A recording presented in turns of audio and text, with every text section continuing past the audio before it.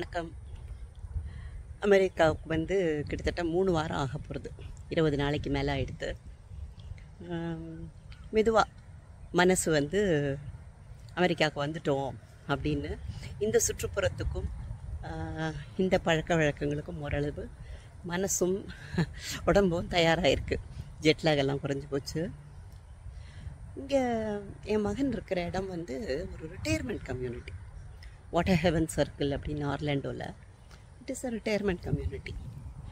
இங்கே பார்த்தா எல்லாமே தனித்தனி வீடுகள் தான் இருக்கும். இங்கே பல ரிட்டையர் ஆனவர்கள் இளைஞர்களும் இருக்காங்க, இருந்தாலும் ரிட்டையர் ஆனவர்கள் நிறையா இருக்காங்க. இங்கே தனித்தனியாக இருக்கும் வீடெல்லாம் பார்த்தீங்கன்னா. இங்கே வந்ததில் நான் கொஞ்சம் அமெரிக்கன் ஃப்ரெண்ட்ஸும் கிடச்சிருக்காங்க எனக்கு. அவங்ககிட்டயும் பேசுகிறேன் நிறையா.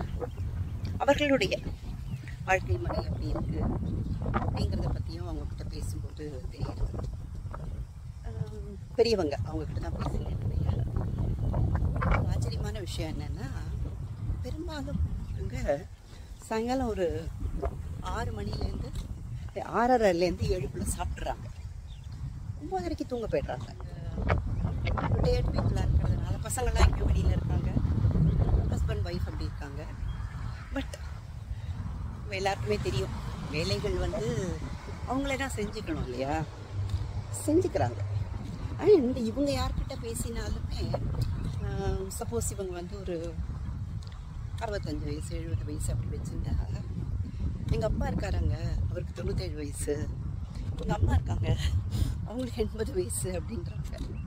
அப்படி இந்த குடும்பங்கள் எல்லாம் நம்மளாம் சொல்கிறோம்ல, அந்த காலத்தில் எங்கள் குடும்பத்துலலாம் 90 வயசு பாட்டி இருந்தாங்க, 100 வயசு வரைக்கும் வாழ்ந்தாங்கன்னு.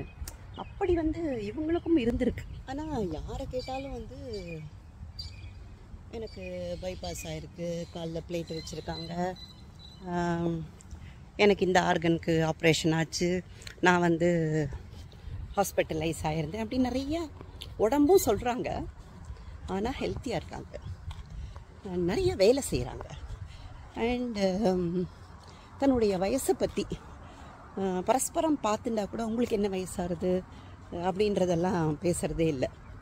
அண்டு முக்கியமாக சில ஃப்ரெண்ட்ஸ் வராங்க வீட்டுக்கு, யார் வழியில் பார்க்குறேன், யார் கையிலையுமே செல்ஃபோன் கிடையாது.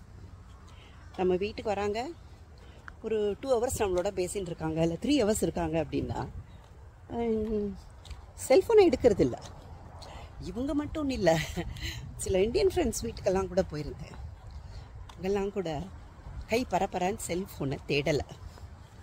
வெளி சுற்றுப்புறம் அமைதியாக இருக்க மாதிரி வாழ்க்கையையும் சரி மனதையும் சரி அமைதியாக வச்சுருக்காங்க அப்படிங்கிறது தான் இதுலேருந்து டேக்அவே. மறுபடியும் இன்னொரு கிறிஸ்ப் டாப்பில் சந்திக்கலாம்.